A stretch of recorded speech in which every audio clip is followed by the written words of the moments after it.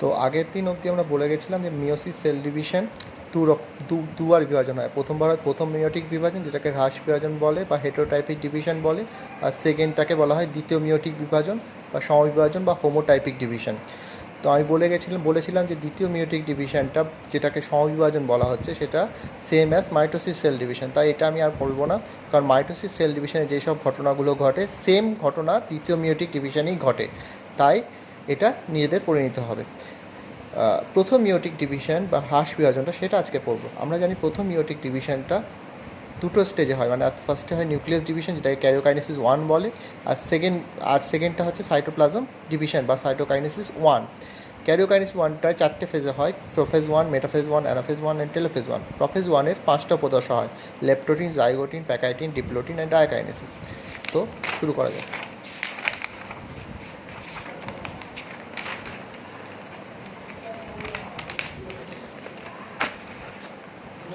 তো প্রোফেজ 1 শুরু করছি।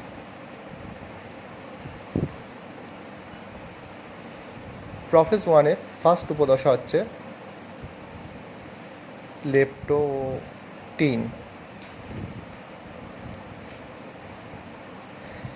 তো এই উপদশাতে ফার্স্টেই যেটা হয় সেটা হয় যে নিউক্লিওলাস ও নিউক্লিয় পর্দাটা স্পষ্ট থাকে। তো ছবিটা দেখি, এটা একটা কোষ, তাহলে এর কি বলেছি, নিউক্লিয় পর্দাটা, তাহলে এটা নিউক্লিয় পর্দাটা স্পষ্ট, তাই তো? নিউক্লিয় পর্দাটা স্পষ্ট, ঠিক আছে? তাহলে নিউক্লিয় পর্দাটা স্পষ্ট। আর কি স্পষ্ট আছে? নিউক্লিওলাস স্পষ্ট আছে। তাহলে দেখা যাক, তাহলে নিউক্লিওলাসটাকে আমি স্পষ্ট এঁকে দিলাম, ঠিক আছে? নিউক্লিওলাস আর নিউক্লিয় পর্দাটা স্পষ্ট, এটা হচ্ছে নিউক্লিওলাস। তাহলে নিউক্লিওলাস আর নিউক্লিয় পর্দাটা স্পষ্ট। সেকেন্ড বলছি যে ক্রোমাটিন জালক বা নিউক্লিয় জালক, ক্রোমাটিন জালকটা খুলে যায়। ক্রোমাটিন জালক খুলে যায়, যে কী তৈরি করে? সূক্ষ্ম সরু ক্রোমোজোম। সূক্ষ্ম সরু ক্রোমোজোম সৃষ্টি করে। তাহলে ক্রোমোজোমটা সৃষ্টি করছি।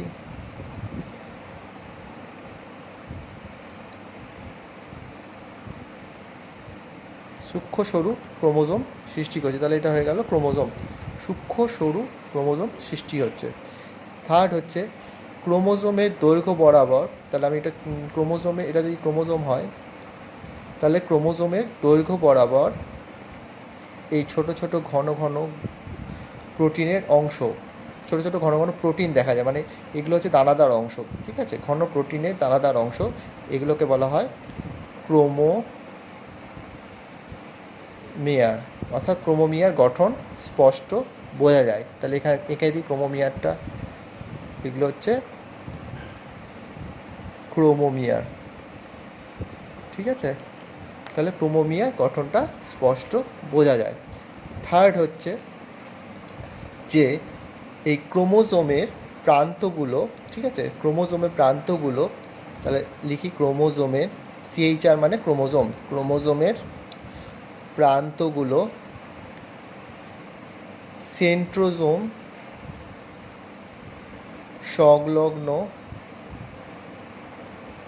সংলগ্ন নিউক্লিয় পর্দা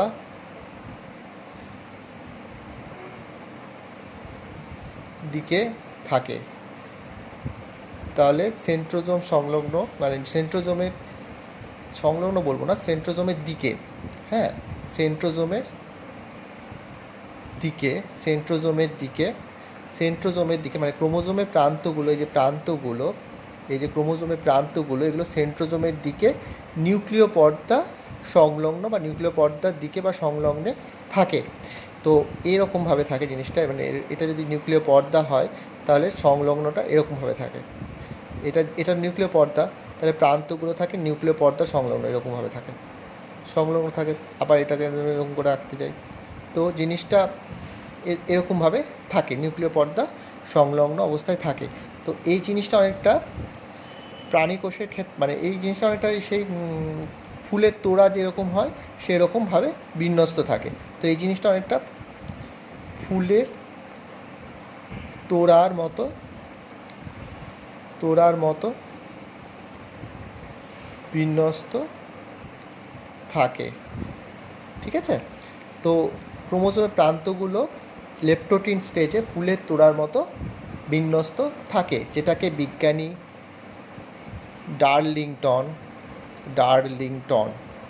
ডার্লিংটন প্রাণী কোষের ক্ষেত্রে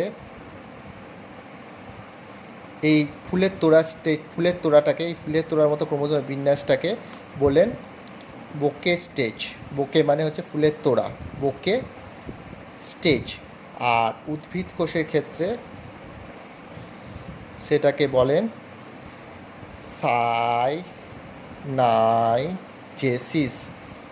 সাইনাইজেসিস, ঠিক আছে?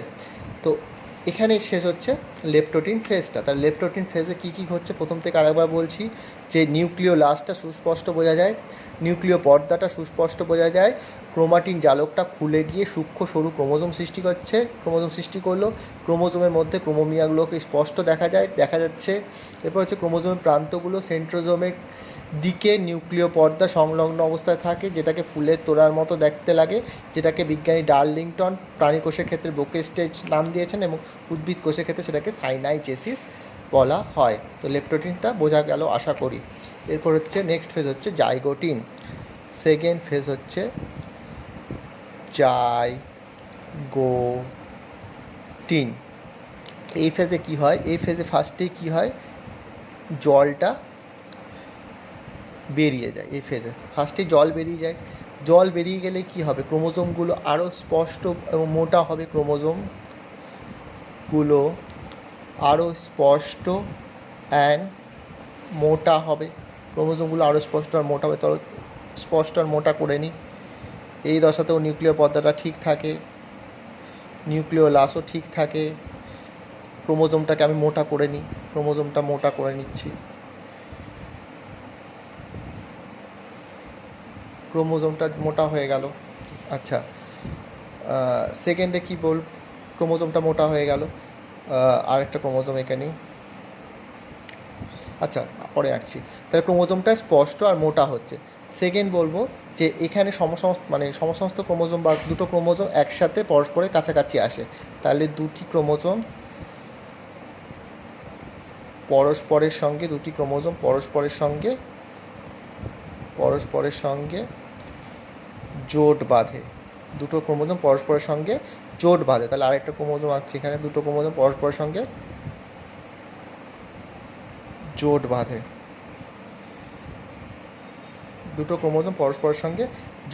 এই জোট বাঁধাটাকে বলা হচ্ছে সাইন্যাপসিস।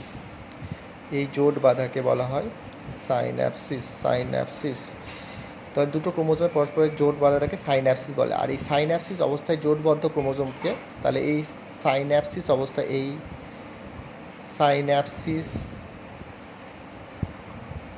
অবস্থায় জোটবদ্ধ ক্রোমোজোমকে বাইভ্যালেন্ট বলে। তাহলে জোটবদ্ধ ক্রোমোজোমটাকে বাইভ্যালেন্ট বলা হচ্ছে। এই যে জোট বাঁধছে সমস্ত ক্রোমোজোম বা দুটো ক্রোমোজোম, ঠিক আছে, সেটাকে সাইন্যাপসিস বলা হচ্ছে। এই সাইন্যাপসিসটাকে ধরে রাখে কে? সাইন্যাপসিসটাকে কাউকে তো ধরে রাখতে হবে, কোনো একটা জিনিস তো এদেরকে ধরে রেখেছে, নাহলে তো দুজন আলাদা হয়ে যেত, ঠিক তো? মানে দুটো ক্রোমোজোম পরস্পরকে যে ধরে রাখছে, সেটাকে তো ধরে রাখতে গেলে কাউকে তো ধরে রাখতে হবে, তুই তো ধরে রাখতে পারবো না। তো যে জিনিসটা এই দুটো ক্রোমোজোমকে একসাথে ধরে রাখছে সেটাকে বলা হয় সাইন্যাপটোনেমাল কমপ্লেক্স। তাহলে সাইন্যাপসিসকে ধরে রাখে হচ্ছে সাইন্যাপটোনেমাল কমপ্লেক্স। তাহলে এটি সাইন্যাপসিসকে ধরে রাখে। জিনিসটা কীরকম হয় সাইনাপটোনিমাল কমপ্লেক্সের গঠনটা সেটা পরে বলছি, ঠিক আছে? মানে সাইনাপটোনিমাল কমপ্লেক্সটা কীরকম গঠনের হয় সেটা পরে বলছি, আগে এটা কন্টিনিউ করি এই ফেজটা, ঠিক আছে? তাহলে ফার্স্টে কী হচ্ছে, ক্রোমোজোমটা স্পষ্ট হচ্ছে, ফার্স্টে জল বেরিয়ে যাচ্ছে, ফার্স্টে জল বেরিয়ে গেল, ক্রোমোজোমটা স্পষ্ট আর মোটা হলো। সেকেন্ড বললাম দুটো ক্রোমোজোম পরস্পর সঙ্গে জোর বাঁধে, এই জোর বাঁধা ঘটনাটাকে সাইন্যাপসিস বলে। সাইন্যাপসিসটাকে কে ধরে রাখে? সাইনাপটোনিমাল কমপ্লেক্স ধরে রাখছে, এবং এই জোটবদ্ধ অবস্থায় মানে সাইন্যাপসিস অবস্থায় জোটবদ্ধ ক্রোমোজোমটাকে বাইভ্যালেন্ট বলা হচ্ছে। এইটুকু আশা করি বোঝাতে পেরেছি। এরপর যে ঘটনাটা হচ্ছে সেটা হচ্ছে এই যে সাইন্যাপসিস হচ্ছে দুটো ক্রোমোজোম পরস্পর সঙ্গে জোট বাঁধে, ঠিক আছে? এবার এই জোট বাঁধাটা কীরকমভাবে হয়? তাহলে এই সাইন্যাপসিসের এই যে জোট বাঁধাটা এটা কীরকমভাবে হয়? 3 রকমভাবে হতে পারে। একটা হচ্ছে এই যে এখানে দেখ জোটটা বেঁধেছে কী রকমভাবে, দুটো সেন্ট্রোমিয়ার একে অপরের সাথে যুক্ত হয়েছে, তাই তো?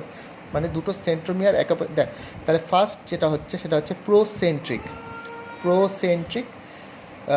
সাইন্যাপসিস বা প্রোসেন্ট্রিক যেরকম হতে পারে প্রোসেন্ট্রিক ক্রোমোজোম কীরকম টাইপের জিনিসটা প্রোসেন্ট্রিক হতে পারে সাইন্যাপসিসটা। সেকেন্ড হতে পারে প্রো টার্মিনাল হতে পারে। থার্ড হচ্ছে ইন্টারমিডিয়েট হতে পারে, ঠিক আছে? আরেকটা হতে পারে র্যান্ডাম। তো জিনিসগুলো কীরকম?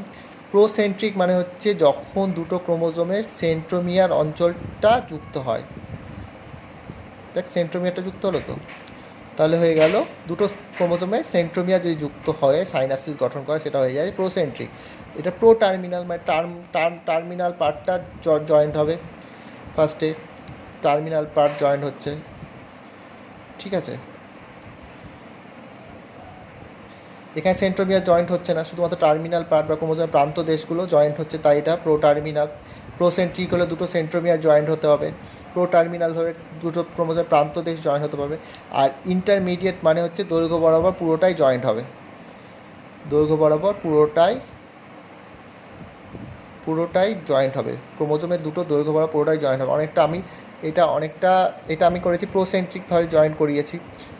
এটা হচ্ছে প্রোসেন্ট্রিক মানে দুটো সেন্ট্রোমিয়ার জয়েন্ট হচ্ছে, এক্ষেত্রে ক্রোমোজোম প্রান্ত দেশগুলো জয়েন্ট হচ্ছে, এটাকে প্রো টার্মিনাল বলা হচ্ছে।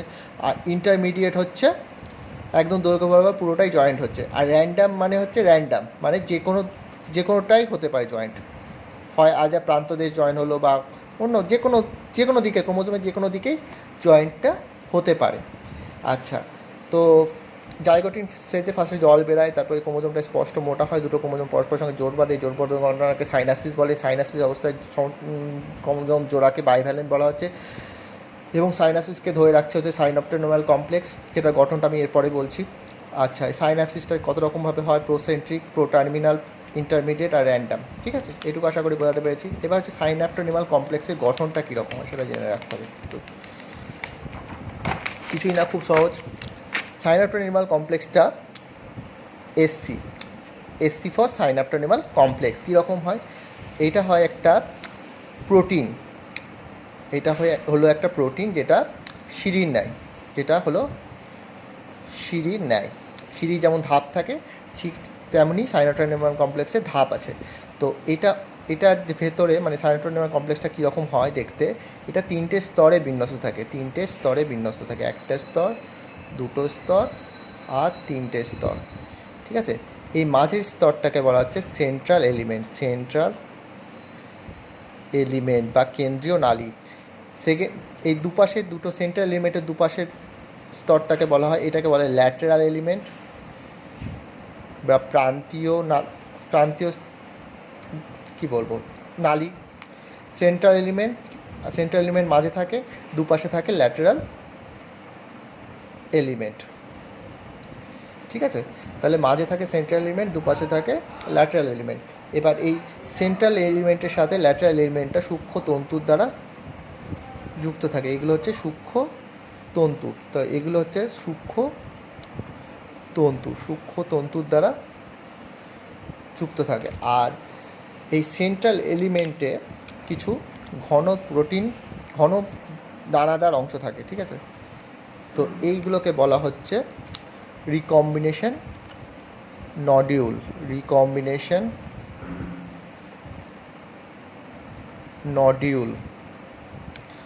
এই রিকম্বিনেশন নডিউলের মধ্যে থাকে হচ্ছে জিনের মানে এই সেন্ট্রাল এলিমেন্টের মধ্যে থাকছে রিকম্বিনেশন নডিউলগুলো, যেগুলো ধানাদার অংশ, এবং এর মধ্যে থাকে জিনের পুনঃসংযুক্তি বা রিকম্বিনেশনের জন্য, জিনের পুনঃসংযুক্তির জন্য প্রয়োজনীয় এনজাইম বা উৎসেচক। ঠিক আছে। আর এই ল্যাটারাল এলিমেন্টগুলো কী করে, বাইভ্যালেন্ট ক্রোমোজোমগুলোকে, ক্রোমোজোম দ্বয়ের একটাকে ধরে রাখে। ঠিক আছে, মানে এরকমভাবে ধরে রাখে ল্যাটারাল এলিমেন্টগুলো। ল্যাটারাল এলিমেন্ট কী করে, ল্যাটারাল এলিমেন্ট করে হচ্ছে সমস্ত ক্রোমোজোম দ্বয়ের যে কোনো একটিকে ধরে রাখে। ঠিক আছে, তাহলে সাইন্যাপটোডিমার কমপ্লেক্সের কাজটাই তো হচ্ছে তাই, যে সাইন্যাপসিসকে ধরে রাখবে, সমস্ত ক্রোমোজোম বা ক্রোমোজোম দ্বয়গুলোকে ধরে রাখবে। কীভাবে ধরে রাখে, এই ল্যাটারাল এলিমেন্টের সাহায্যে ধরে রাখে। ব্যাস এইটুকুই আছে সাইন্যাপটোডিমার কমপ্লেক্সের গঠন। আচ্ছা, লেপটোডিন জাইগোটিন হয়ে গেল। এরপর থার্ড স্টেজ হচ্ছে প্যাকাইটিন, যেটা সবথেকে দীর্ঘ দশা। তাহলে মিওসিসের সবথেকে দীর্ঘ দশা বা লম্বা দশা হচ্ছে প্যাকাইটিন। তাহলে এখানে ফার্স্টে কী হচ্ছে, ফার্স্টে আমাদের বাইভ্যালেন্ট ক্রোমোজোমটা গঠন হয়ে যাচ্ছে। এখানে বাইভ্যালেন্ট ক্রোমোজোমটা গঠন করছে কোন স্টেজে, জাইগোটিন স্টেজে। ঠিক আছে, তাহলে এখানে বাইভ্যালেন্ট ক্রোমোজোমটা আছে, তাহলে এখানে ফার্স্টে বাইভ্যালেন্ট ক্রোমোজোমটা থেকে টেট্রাড গঠন হবে, টেট্রাড গঠন হবে। তাহলে বাইভ্যালেন্ট ক্রোমোজোম থেকে ফার্স্টে যেটা হবে সেটা হবে টেট্রাড গঠন। তো টেট্রাড কী করে গঠন হয়, ক্রোমোজোমটা দুভাগে ভাগ হয়ে যায়, দিয়ে 4টে ক্রোমাটিড গঠন করে। এগুলো হচ্ছে ক্রোমাটিড, দিয়ে কি গঠন হয়, টেট্রাড গঠন হয়। ঠিক আছে, তো ছবিটা আঁকি। তাহলে ফার্স্টেই প্যাকাইটিন স্টেজে ফার্স্টেই যেটা হয় যে বাইভ্যালেন্ট ক্রোমোজোম থেকে টেট্রাড গঠনটা হয়। ঠিক আছে, তো জিনিসটা কীরকম হয়, ছবিটা আঁকি। এখানে নিউক্লিয় পর্দাটা এখনও ইনট্যাক্ট আছে, মানে নিউক্লিয় পর্দা আছে এখনও নিউক্লিয়াসের মধ্যে, নিউক্লিওলাসও আছে। আর এখানে ক্রোমোজোম দুটো, মানে বাইভ্যালেন্ট ক্রোমোজোমগুলো টেট্রাড গঠন করে। তো আমরা একটুখানি করে নিই এটাকে, জিনিসটাকে।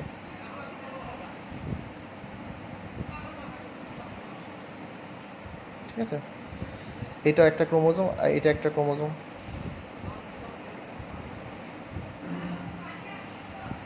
ঠিক আছে, বাইভ্যালেন্ট ক্রোমোজোম দুটো টেট্রাড গঠন করলো। এরপর কি হয়, ঠিক আছে, টেট্রাড গঠন হয়ে গেল। এবার হয় ক্রসিং ওভার। কীভাবে হয়, তারপরে হয় হচ্ছে ক্রোমোজোমের মধ্যে ক্রসিং ওভার, অর্থাৎ নন সিস্টার ক্রোমাটিডদের মধ্যে দেহাংশের বিনিময়। ক্রসিং ওভার মানে হচ্ছে নন সিস্টার ক্রোমাটিডদের মধ্যে দেহাংশের বিনিময়। ঠিক আছে, জিনিসটা কীরকম হয়, বাইরে ছবিটা আঁকছি তাহলে বোঝাতে পারবো। এই জায়গাটা একটু ভালো করে বুঝতে হবে, অনেকগুলো প্রোটিনের নাম আছে এখানে। তো ধরা যাক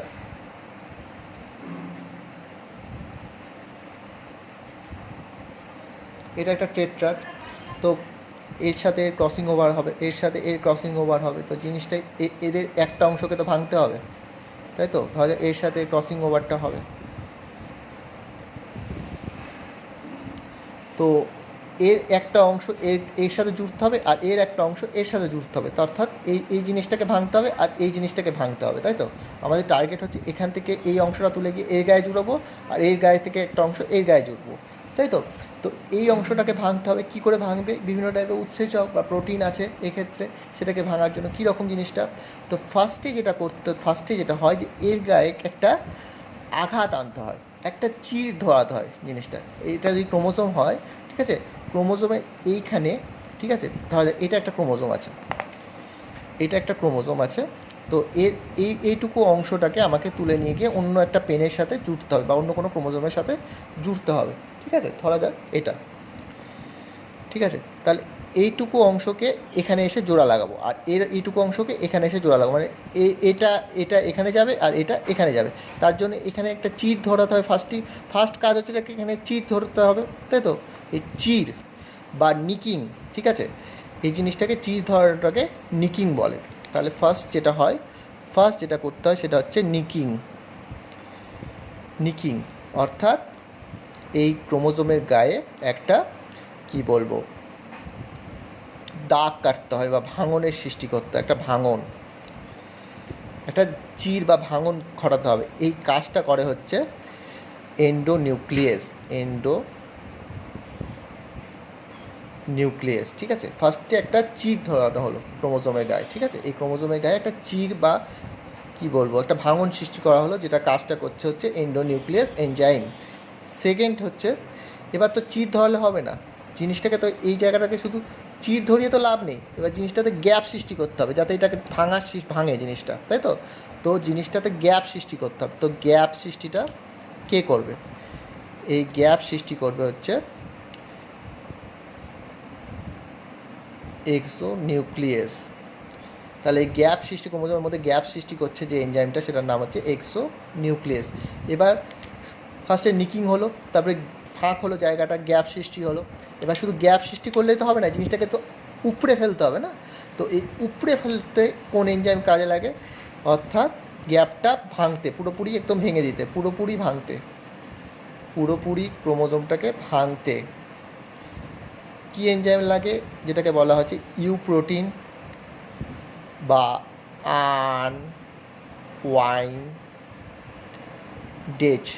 আনওয়াইন্ডেজ, ঠিক আছে, আনওয়াইন্ডেজ প্রোটিনটা কী করছে? সেই গ্যাপটাকে পুরোপুরি ভেঙে দিচ্ছে। তাহলে জিনিসটা কীরকম লাগবে এখন দেখতে? এটা এরকম,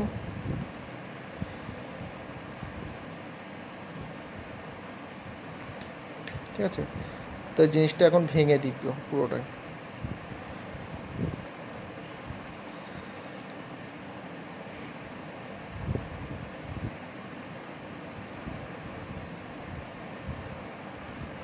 তো আনওয়াইন্ডেজ কী করছে? জিনিসটাকে পুরোপুরি ভেঙে দিচ্ছে, ঠিক আছে, পুরোপুরি ভেঙে দিচ্ছে। বলতে পারলাম আশা করি, ঠিক আছে। এবার ভেঙে দেওয়ার পর এই অংশটা এই ক্রোমোজোমের গায়ে গিয়ে জুড়বে, আর এই অংশটা এখানে এসে জুড়বে, অর্থাৎ ক্রসিং ওভার হয়ে গেল, অর্থাৎ দেহাংশের বিনিময়টা হয়ে গেল। তাহলে ফোর্থ হচ্ছে দেহাংশের বিনিময় বা ক্রসিং ওভারটা টেক্স প্লেস, মানে ক্রসিং ওভারটা হয়ে গেল। ফিফথ হচ্ছে ক্রসিং ওভারটা হলেই হলো না, দেখা যাক এরকম টাইপের অবস্থায় আছে এখন।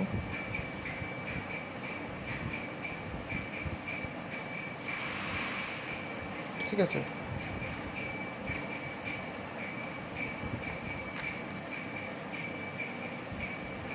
তো ক্রসিং ওভারটা কি হওয়ার পর কীরকম দেখতে লাগে, তাই তো। তাহলে ধরা যাক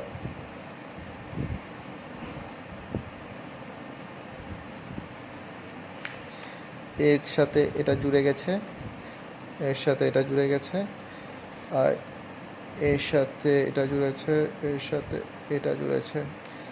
তো এবং এখানে বলে রাখি যে ক্রসিং ওভারটা যখন হয় তখন জিনিসটা এরকম টাইপের দেখতে লাগে, তাই না। কায়েজমা ফর্মেশন হয়, অর্থাৎ এরকম টাইপের কায়েজমা ফর্মেশন হয়। কায়েজমা ফর্মেশন মানে হচ্ছে জিনিসটা এক্স আকৃতির মতো দেখায়, এক্স আকৃতি, যেটা আগের দিনই বলেছিলাম, তাই আগের দিনই সমস্ত কনসেপ্ট ক্লিয়ার হয়েছে। ক্রসিং ওভারের ফলে কী হয়? কায়েজমা মানে এক্স আকৃতি, মানে কায়েজমা ফর্ম হয়। এবার দেখা যায় ক্রসিং ওভারের পর জিনিসটা এরকম টাইপের দেখতে লাগে, ঠিক আছে, অর্থাৎ এর মানে দেহাংশের বিনিময়টা ঘটে গেছে, ঠিক আছে। এবার 6 নম্বর যেটা, যে এবার এইটুকুতেই শেষ হয়ে যাচ্ছে জিনিসটা, প্যাকাইটিন স্টেজ শেষ হয়ে যাচ্ছে। এবার আমাদের জানতে হবে যে ক্রসিং ওভার কত রকমভাবে হয়, টাইপস অফ ক্রসিং ওভার কত রকমভাবে হয়। দু রকম, একটা হচ্ছে পরিপূরক ক্রসিং ওভার, বা যেটাকে বলা হয় ইংরেজিতে কমপ্লিমেন্টারি ক্রসিং ওভার, আর একটা হচ্ছে বিপরীত ক্রসিং ওভার বা রেসিপ্রোকাল ক্রসিং ওভার। এক্ষেত্রে যেটা যদি ক্রসিং ওভারটা হয় 4টে ক্রোমাটিডের মধ্যে, পরিপূরক মানে হচ্ছে 4টে ক্রোমাটিডের মধ্যেই যখন 4 ক্রোমাটিডের মধ্যেই যখন ক্রসিং ওভারটা হয় তখন সেটাকে বলা হচ্ছে পরিপূরক ক্রসিং ওভার। আর বিপরীত যখন হয় দুটো ক্রোমাটিডের মধ্যে, দুটো নন সিস্টার ক্রোমাটিডের মধ্যে, মানে এখানে 4টে নন সিস্টার ক্রোমাটিডের মধ্যে যদি ক্রসিং ওভার হয় তাহলে সেটাকে পরিপূরক ক্রসিং ওভার বলা হয়। আর যদি দুটো নন সিস্টার ক্রোমাটিডের মধ্যে যদি ক্রসিং ওভারটা হয় সেটাকে বলা হচ্ছে বিপরীত ক্রসিং ওভার বা রেসিপ্রোকাল ক্রসিং ওভার, ঠিক আছে, ক্রসিং ওভার হয়ে গেল। এরপর দেখা যাক যে যদি একটা কায়জমা একটা ক্রসিং ওভারের জন্য একটা কায়জমার জন্য যদি ক্রসিং ওভার হয় সেটাকে বলা হয়, যদি একটা কায়জমার প্রভাবে যদি ক্রসিং ওভার হয় সেটাকে বলা হয় মনোকায়াজম্যাটিক ক্রসিং ওভার,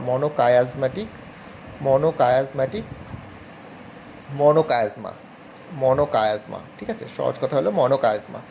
আর যদি বহু কায়াজমা থাকে একটা ক্রোমোজোমের দৈর্ঘ্য বাড়াও বহু কায়াজমা থাকে সেটাকে বলা হয় পলিকায়াজমা। মানে একটা দৈর্ঘ্য বরাবর যদি একটা কায়াজমা একটা ক্রোমোজোমের দৈর্ঘ্য বরাবর, এখানে যেমন একটা কায়াজমা ফর্মেশন, এখানে একটা ক্রোমোজোমের দৈর্ঘ্য বরাবর একটা কায়াজমা ফর্মেশন হয়েছে, তাহলে এটা মনোকায়াজমা। এরকম যদি প্রচুর কায়াজমা একটা ক্রোমোজোমের দৈর্ঘ্য বরাবর থাকে সেটাকে বলা হয় পলিকায়াজমা, ঠিক আছে, ব্যাস এটুকুই। আচ্ছা, প্যাকাইটিন শেষ। ফোর্থ উপদশাটা হচ্ছে ডিপ্লোটিন। এক্ষেত্রে যেটা মেন হচ্ছে সেটা হচ্ছে ডিপ্লোটিন স্টেজে টার্মিনালাইজেশনটা শুরু হয়। জিনিসটা কীরকম? ডিপ্লোটিন স্টেজে টার্মিনালাইজেশন শুরু হয়, জিনিসটা হচ্ছে কিছুই না, এই যে দুটো ক্রোমোজোম থাকে যখন, ঠিক আছে, মানে টেট্রাড ফর্মে আছে, তো জিনিসটা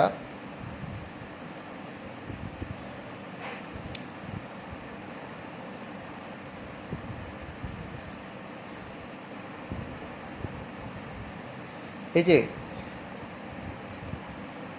ক্রোমোজোমের প্রান্ত দেশগুলো, ঠিক আছে, মানে এখানে এসে দুটো ক্রোমোজোমের ক্রোমাটিড দুটো জোড়া লেগেছে, ঠিক আছে, টেট্রাডের ক্রোমাটিড দুটো জোড়া লেগেছে এই জায়গায় আর এই জায়গায়। এবার এই জিনিসটা এই দিকে, অর্থাৎ এটা তো প্রান্ত দিক, ঠিক আছে, এই জিনিসটা এই যে টাচিং পয়েন্টটা, ঠিক আছে, বা জোড়া লাগাটা এই প্রান্ত দেশের দিকে এগোতে থাকে, জিনিসটা, ঠিক আছে। ফার্স্টে ধরা যায় এখানে জোড়া লেগেছিলো জিনিসটা, তারপর এখানে এসছে, অর্থাৎ এটা যদি সেকেন্ড স্টেজ হয় মানে টার্মিনালাইজেশন হচ্ছে জিনিসটা, তাহলে দেখা যাক এখানে আছে। ফার্স্ট স্টেজটা হচ্ছে এরকম টাইপের, দেখা যাক, তাহলে বোঝাতে পারবো আমি ভালো করে। তাহলে দেখা যাক এখানে ছিল জোড়া লাগাটা,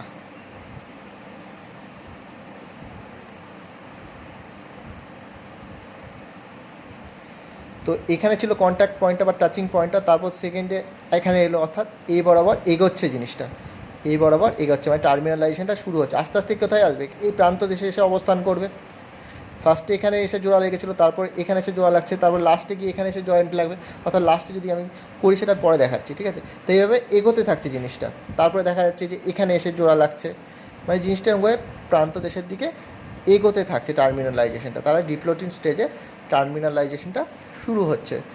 সেকেন্ড কি সবথেকে ইম্পর্টেন্ট এইখানে, যে এই যে টার্মিনালাইজেশনটা যে হচ্ছে, ঠিক আছে, এই জিনিসটাকে, ঠিক আছে, এই যে ক্রোমোজোমের প্রান্ত দেশে যাওয়ার অবস্থান বা এই কায়াজমা, এটাকে কায়াজমা বলা হয় যেহেতু এটা এক্স আকৃতির মতো, তাহলে কায়াজমা প্রান্ত দেশে গমনটাকে, তাহলে টার্মিনালাইজেশন কি, মানে টার্মিনালাইজেশনের ডেফিনেশন হবে যে কায়াজমার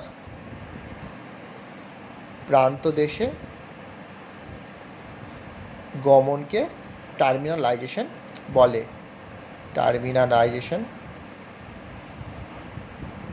বলে। ডিপ্লোটিন স্টেজে তাহলে টার্মিনালাইজেশন শুরু হয়। ডিপ্লোটিন স্টেজে নিউক্লিওলাস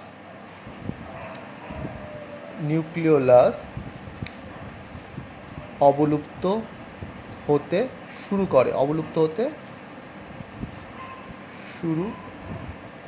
করে নিউক্লিওলাসটা অবলুপ্ত হতে শুরু করে তোমার ডিপ্লোটিন স্টেজে, ঠিক আছে। তাই ডিপ্লোটিন স্টেজে দুটো ঘটনা, একটা হচ্ছে টার্মিনালাইজেশন শুরু হয়, অর্থাৎ ক্রোমোজোম কায়াজমাটা কী হয়, প্রান্ত দেশে গমন করতে শুরু করে, যে ঠিক আছে। আর সেকেন্ড হচ্ছে নিউক্লিওলাস অবলুপ্ত হতে শুরু করে। এর পরের স্টেজ হচ্ছে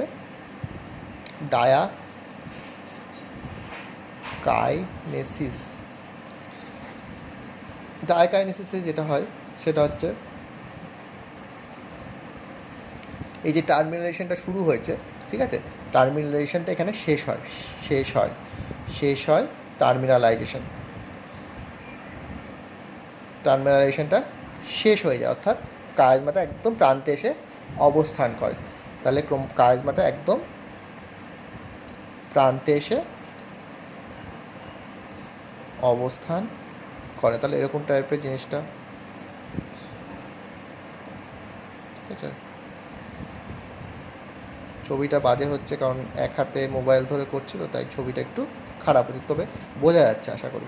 তাহলে কায়াজমাটা একদম প্রান্ত দেশে এসে অবস্থান করছে বা টার্মিনালাইজেশন শেষ হয়ে যাচ্ছে ডায়াকাইনেসিস ফেজে। সব থেকে ইম্পর্টেন্ট এটাই।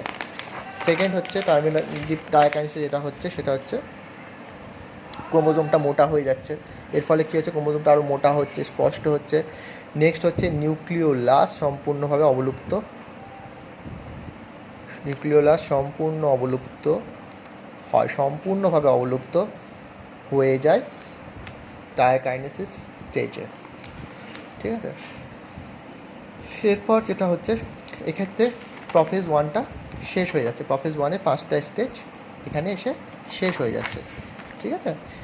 তো এরপরে যেটা আসছে সেটা হচ্ছে মেটাফেজ ওয়ান। মেটাফেজ ওয়ান অর্থাৎ প্রফেজ ওয়ান শেষ, এবার মেটাফেজ ওয়ান শুরু।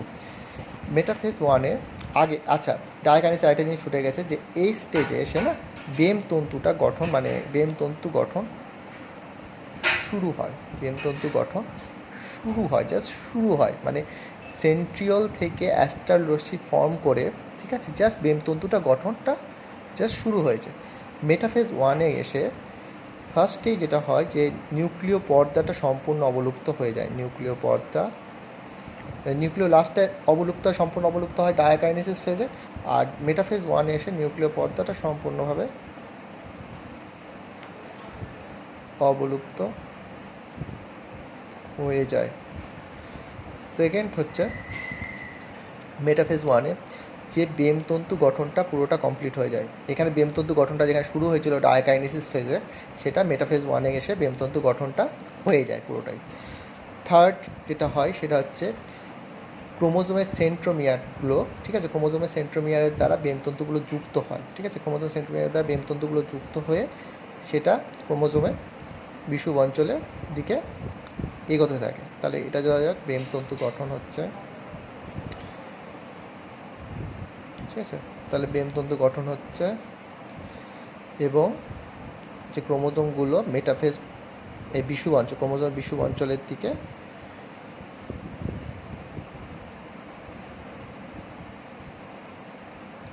সাজানো থাকে এরকমভাবে, ঠিক আছে। তাহলে ক্রোমোজোমগুলো বিষুব অঞ্চলে পরপর পাশাপাশি সাজানো থাকে, ঠিক আছে। তো এটাও ধরা যাক এরকমভাবে রয়েছে,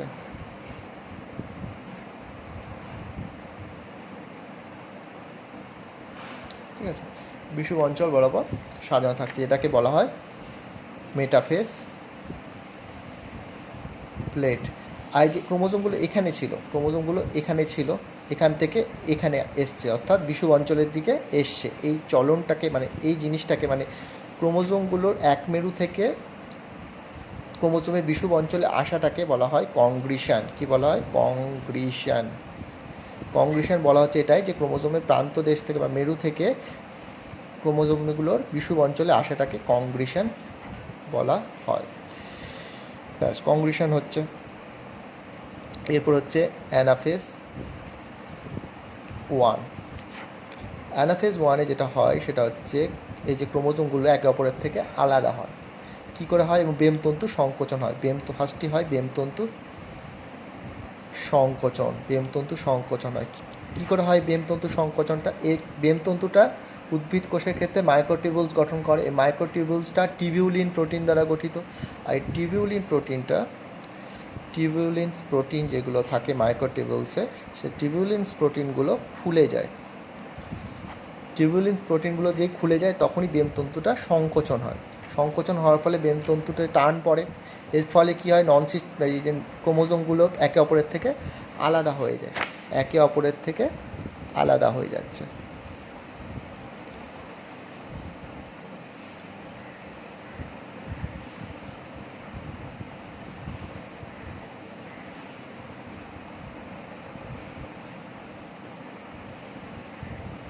তো জিনিসটা আলাদা হলো কি না, ক্রোমোজোমগুলো আলাদা হয়ে গেল। এখানে ছিল ক্রোমোজোমগুলো, এখানে ছিল অর্থাৎ বিষুব অঞ্চলে ছিল, সেখান থেকে সেটা আলাদা হয়ে গেল। এই জিনিসটাকে বলা হচ্ছে অ্যানাফেজিও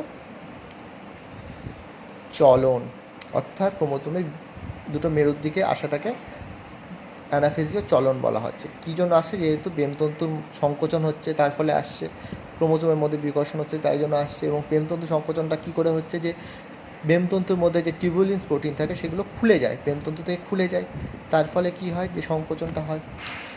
আচ্ছা, এই অ্যানাফেজিও চলন যেটা, তার মধ্যে আসে ডিসজাংশন